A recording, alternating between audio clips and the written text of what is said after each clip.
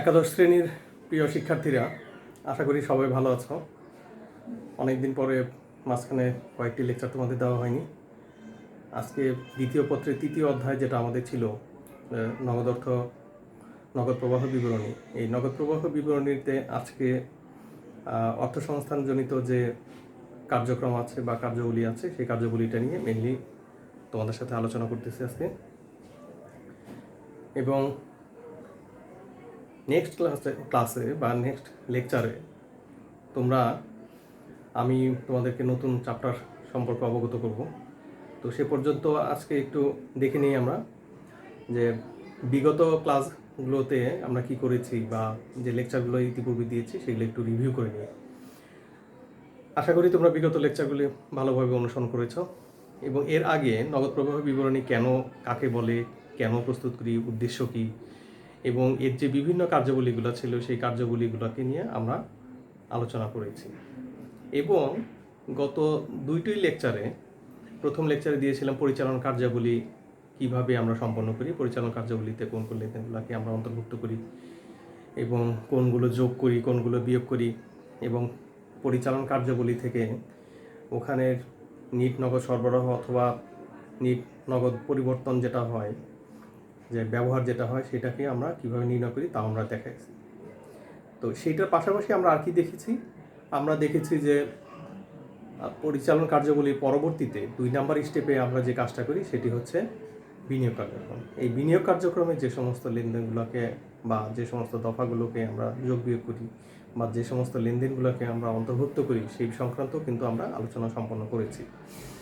এবং সেখানে আমরা দেখেছি যে আমাদের এই একাদশ এবং দ্বাদশ শ্রেণীর যে সিলেবাস, সেই সিলেবাস অনুযায়ী কিন্তু আমরা কি জানি যে প্রত্যক্ষ পদ্ধতি কিন্তু আমাদের সিলেবাসের মধ্যে অন্তর্ভুক্ত নাই।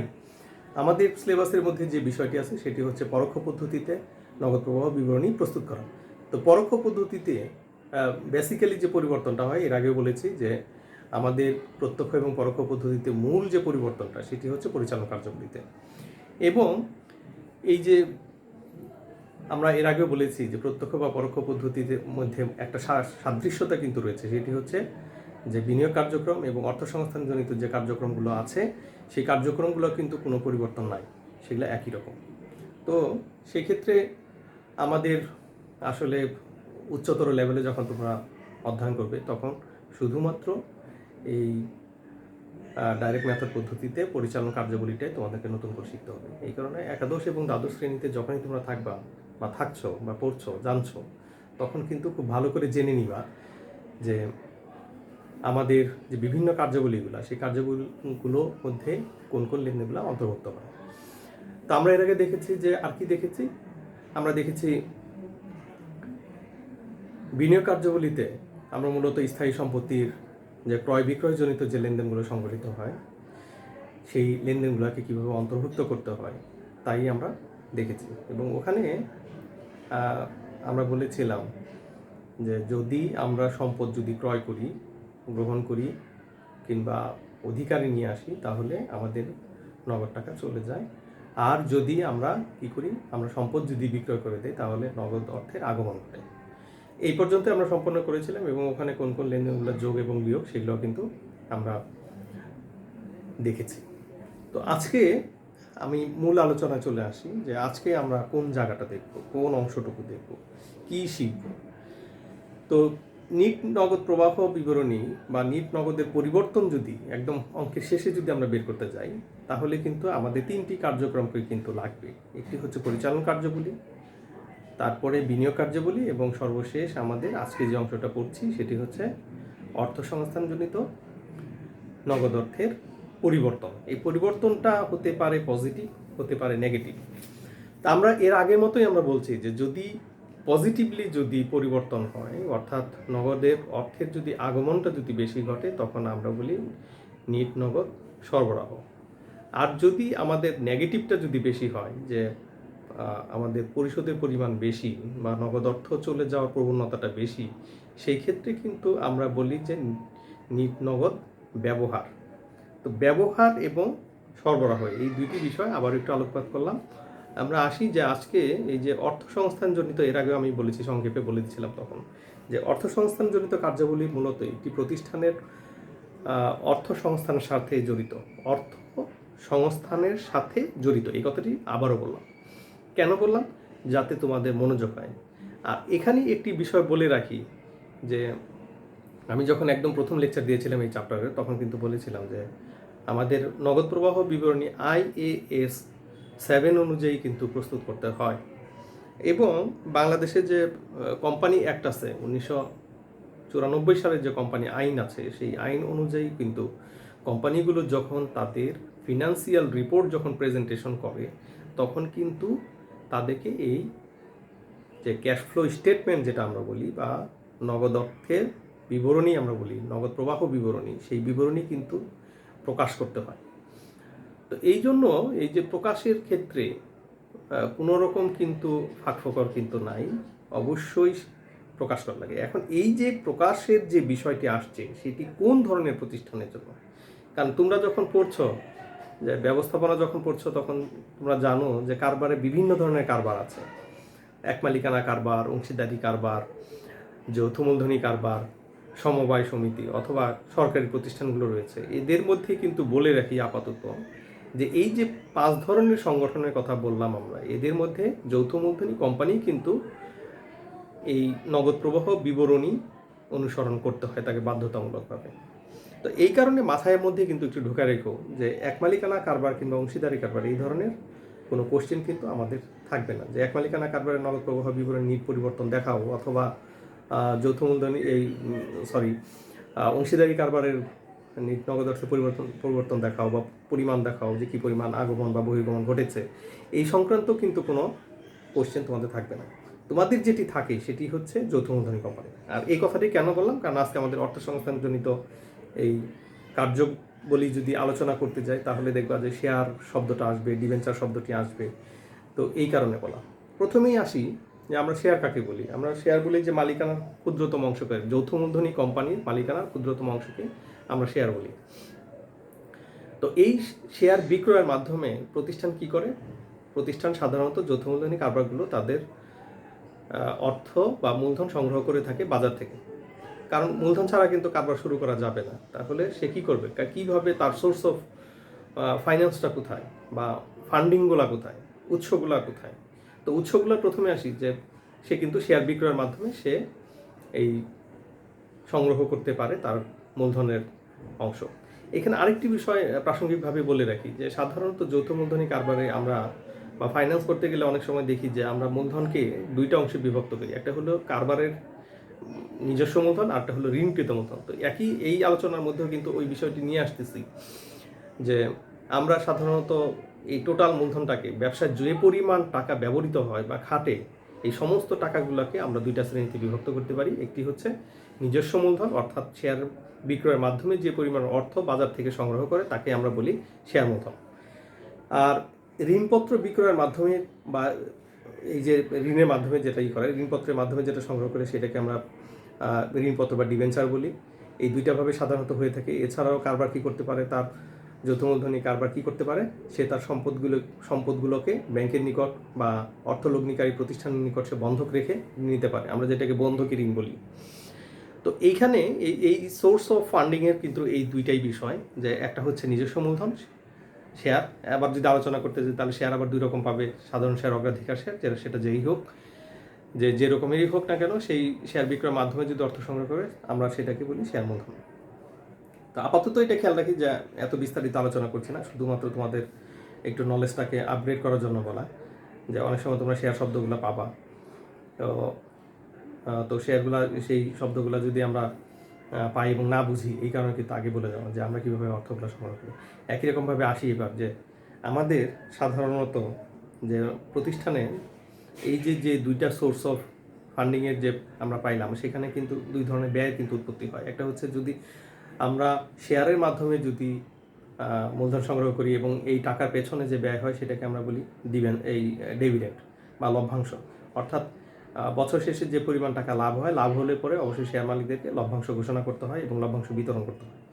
এরপরে আসি যে, এবং এই একটি কথা কিন্তু মনে রাখবা যে শেয়ারের বিপরীতে যদি লভ্যাংশ পরিশোধ করা হয় বা লভ্যাংশ দেওয়া হয়, তাহলে সেটিকে কিন্তু অর্থসংস্থানজনিত এই কার্যাবলীতে কিন্তু অন্তর্ভুক্ত করতে হবে, কারণ অর্থ সংস্থানজনিত কারণেই কিন্তু আজকে এই ডিভিডেন্ড দেওয়া লাগতেছে।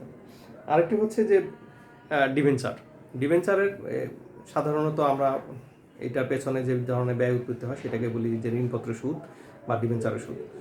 তো এই সুদ সাধারণত আমরা পরিচালন ব্যয় হিসেবে আমরা যখন নিট লাভটা বের করি তখনই কিন্তু ওখানে আমাদের অপরিচালন ব্যয় হিসেবে কিন্তু আমরা বিয়োগ দিয়ে তারপরে বের করি। এই কারণে এই অংশে কিন্তু আর দেখানোর প্রয়োজন নেই যে অর্থসংস্থানজনিত কারণে ঋণের সুদ কিন্তু আনার কোনো প্রয়োজন নেই। কেন? সেটা পরোক্ষ পদ্ধতিতে কিন্তু আমরা কিন্তু ওই নিট লাভ বের করার সময় সেটা অপরিচালন ব্যয় হিসেবে কিন্তু বাদ দেওয়া হয়েছে এই কারণে। তো যাই হোক, এখন আসি যে 5টা লেনদেনের কথা মনে রাখবে। কয়টি লেনদেন? 5টি। এই 5টি লেনদেনের কথা মনে রাখবে যে আমি এখন সেই কথাগুলোই বলবো, যে 5টা লেনদেনের কথা উল্লেখ করবো যে সমস্ত কারণে টাকা আসে এবং টাকা চলে যায়। মোট 5টা লেনদেন। আবারও বলছি, কয়টি? 5টি।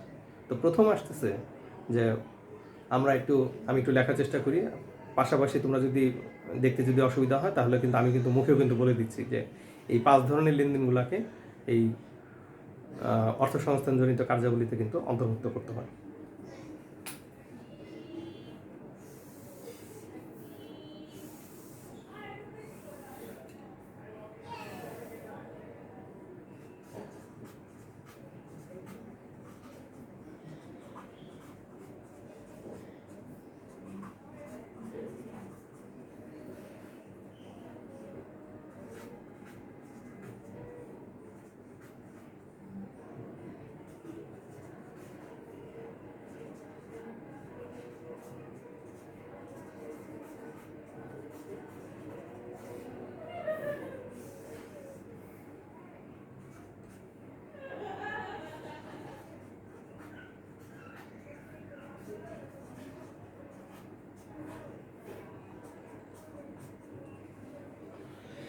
প্রথম লেনদেনটি হচ্ছে, তোমরা একটু খাতা নাও, খাতা নিয়ে সঙ্গে সঙ্গে একটু লিখে ফেলো। বইয়ের মধ্যেও আছে, বই খুললেও পাবে। তারপর বই তো সব কথাই লেখা থাকে, কিন্তু আমরা তো অনেক সময় শর্টকাট করে তোমাদেরকে বলে দিই যে কোন অংশটুকু তোমরা অনুসরণ করবা। সেটা আসি যে শেয়ার বিক্রয়। শেয়ার বিক্রয় করলে কি হয়? শেয়ার বিক্রয় করলে আমাদের টাকা চলে আসে। যে শেয়ার বিক্রয় যদি করি তাহলে নগদ অর্থের আগমন ঘটে। এই জন্য দেখো যে এখানে পজিটিভ দেখানো হয়েছে, এখানে কিন্তু ব্র্যাকেট দিয়ে নিই। ব্র্যাকেট মানে হচ্ছে বিয়োগ। তো শেয়ারের মাধ্যমে আমরা অর্থ সংগ্রহ করতে পারি। 2 নাম্বার হচ্ছে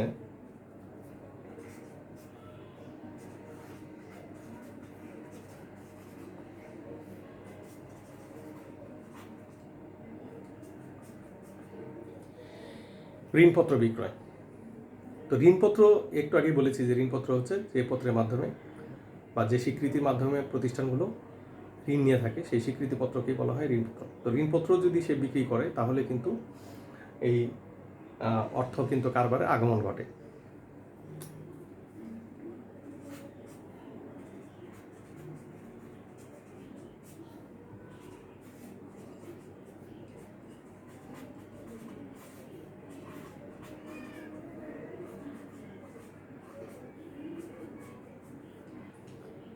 তিন নাম্বার হচ্ছে স্বল্প এবং দীর্ঘমেয়াদী যে ঋণ আছে, যদি এই ডিবেঞ্চারের বাইরেও যদি কোনো প্রতিষ্ঠানের কাছ থেকে যদি বন্ধকি ঋণ যদি নেয়, এখানে বন্ধকি ঋণ লেখা যেত, তো ওটা আমি লিখি নাই।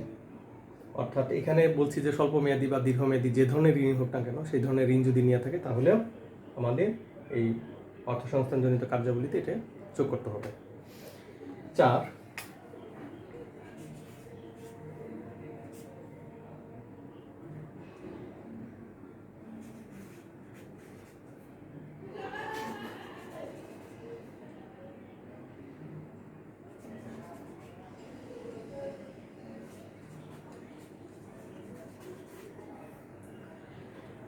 আসলে আমি এখানে একটা কথা লিখেছি যে ঋণপত্র পরিশোধ। তো ঋণপত্র যদি পরিশোধ করি, এখানে কিন্তু আরেকটি কথা মনে রেখো যে ঋণ বা ঋণপত্র, এই যে 3 নম্বরে যেটা লিখেছি স্বল্পমেয়াদী বা দীর্ঘমেয়াদী ঋণ গ্রহণ, এটাও যদি যদি হয়ে থাকে, এরকম যদি কোনো লেনদেন থাকে, তাহলে সেটা কিন্তু যদি আমরা পরিশোধ করি তাহলে টাকা কারবারে আসে না, টাকা চলে যায়। তাহলে চলে গেলে কিন্তু বিয়ে করতে হবে।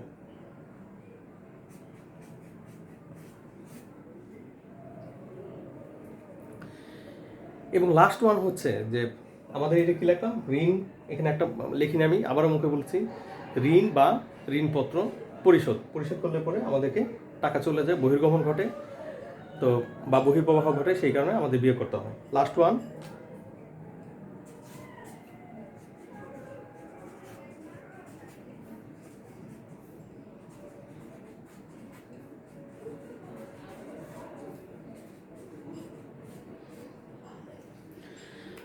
সাধারণ শেয়ার বা অগ্রাধিকার শেয়ার যে ধরনের শেয়ারই হোক না কেন, সেই শেয়ারের বিপরীতে যদি লভ্যাংশ পরিশোধ করে থাকে, তাহলে সেই লভ্যাংশ পরিশোধ করলে কিন্তু কারবারের টাকা বাইরে চলে গেছে। তো টাকা চলে গেলে আবারও বলছি যে যদি টাকা চলে যায় তাহলে বিয়োগ, আর টাকা যদি কারবার আসে তাহলে যোগ। এই কারণে লভ্যাংশ পরিশোধ করলে টাকা চলে গেছে এবং বিয়োগ করতে হবে। এই 5টি লেনদেনই কিন্তু তোমরা মনে রাখবে, তোমাদের এই লেভেলে এই 5টাই তোমাদের জন্য গুরুত্বপূর্ণ। এর মধ্যে টাকা আসছে আর গেছে, কোনটা গেছে, কোনটা ব্যবহার হয়েছে, কোনটা কারবারের জন্য, মেনলি এটাই ফোকাস করতে হবে বা এটাই মনে রাখতে হবে। এবং এরপরে আসতেছে যে যদি এই যে পজিটিভ এবং নেগেটিভ এদের মধ্যে যেইটা বড় হবে, আগেই বলছি আজকে আলোচনার শুরুতে কিন্তু বলেছি যে যদি পজিটিভটা বড় হয় তাহলে আমরা বলি যে এই অর্থ সংস্থানজনিত কার্যাবলী থেকে নগদ অর্থের সরবরাহ, আর যদি নেগেটিভটা বড় হয় তাহলে কিন্তু বলি যে অর্থ সংস্থানজনিত কার্যাবলী থেকে নগদ অর্থের ব্যবহার, সেটি কিন্তু সবার শেষে যায় আউট কলামে বসাতে হবে।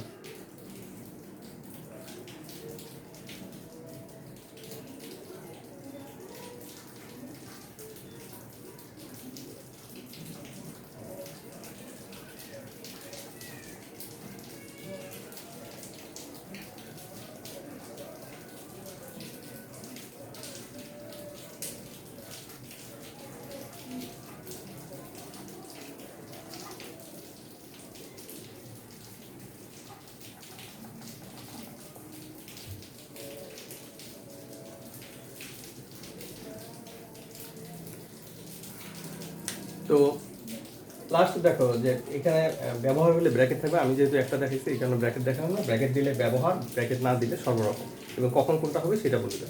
এখন আসি সর্বশেষ অংশে, যে আমাদের তিনটা যে রেজাল্ট আমরা যদি ধরে নিই যে এর আগে আরও 2টা লেভেল আছে। একটি হচ্ছে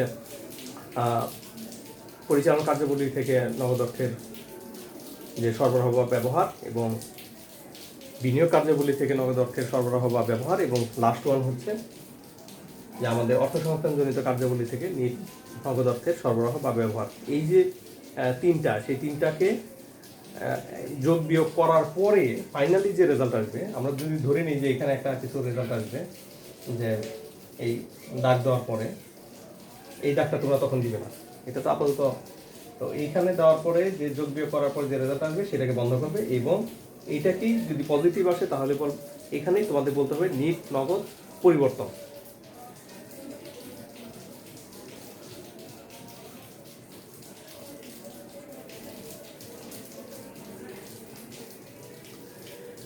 নিট নগদ পরিবর্তন বা নিট নগদ ব্যবহার বা সরবরাহ। নেগেটিভ আসলে আবারও বলছি যে ব্যবহার আমরা লিখবো তখন, আর পজিটিভ যদি আসে তাহলে নিট নগদ সরবরাহ আমরা লিখবো, বা পরিবর্তন যাই লিখেছি।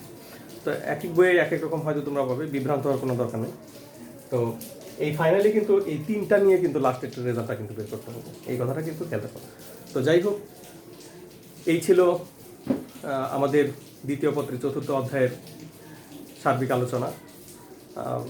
আশা করি তোমাদের এই লেকচারগুলো কাজে লাগবে।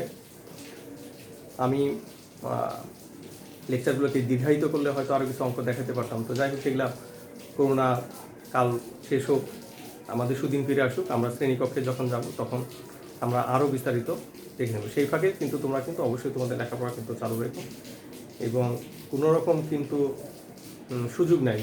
যারা এই বছর একাদশ থেকে দ্বাদশে উঠছ তাদেরকে বলি, তোমরা কিন্তু তোমাদের আগের বছর যারা যে এখনও পর্যন্ত এইচএসসি পরীক্ষা কিন্তু সরকার নিতে পারেনি, সরকারের ব্যর্থতা না, এখানে নিতে পারে নাই। এই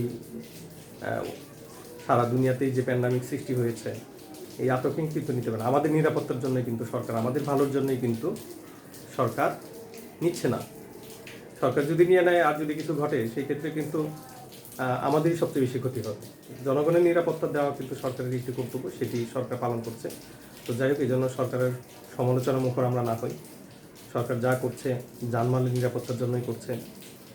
আমাদের নিকটবর্তী আত্মীয় স্বজন আমরা কেউ হারাবো, এটা আমরা কখনো চিন্তা করি না। তো যাই হোক, স্বাস্থ্যের দিকে তোমরা খেয়াল রাখবে। আর তোমাদের যে কথাটা বলছিলাম যে তোমরা কিন্তু সুযোগ পাবে না, যে আগামী বছর আমরা আশা করছি যে করোনার টিকা চলে আসবে, যে তোমরা সুযোগ পাবো আবার 6 মাস পরে। এপ্রিল মাসে পরীক্ষা হওয়ার কথা ছিল, সেটি এখন সেপ্টেম্বর মাস, পরীক্ষা এখনও শুরু করা সম্ভব হয়নি। তো সেটা কিন্তু তোমাদের জন্য কিন্তু হবে না, যে তোমরা যারা আছো, অতএব তোমাদের পরীক্ষা কিন্তু আমরা যদি ধরে নিই যে 2021 সালের এপ্রিলেই হয়ে যাবে, তাহলে কিন্তু হাতে কিন্তু সময় খুবই কম, খুবই কম, খুবই কম। তো তোমরা পড়তে থাকো, আশা করি নেক্সট লেকচারে আমরা দ্বাদশ সংক্রান্তই কিছু লেকচার দেওয়ার চেষ্টা করব, তো বা নতুন চ্যাপ্টার সম্পর্কে আমরা এগিয়ে যাব এই আশাবাদ ব্যক্ত করে আমাদের কাছ থেকে আজকে বিদায় নিচ্ছি। আল্লাহ হাফেজ।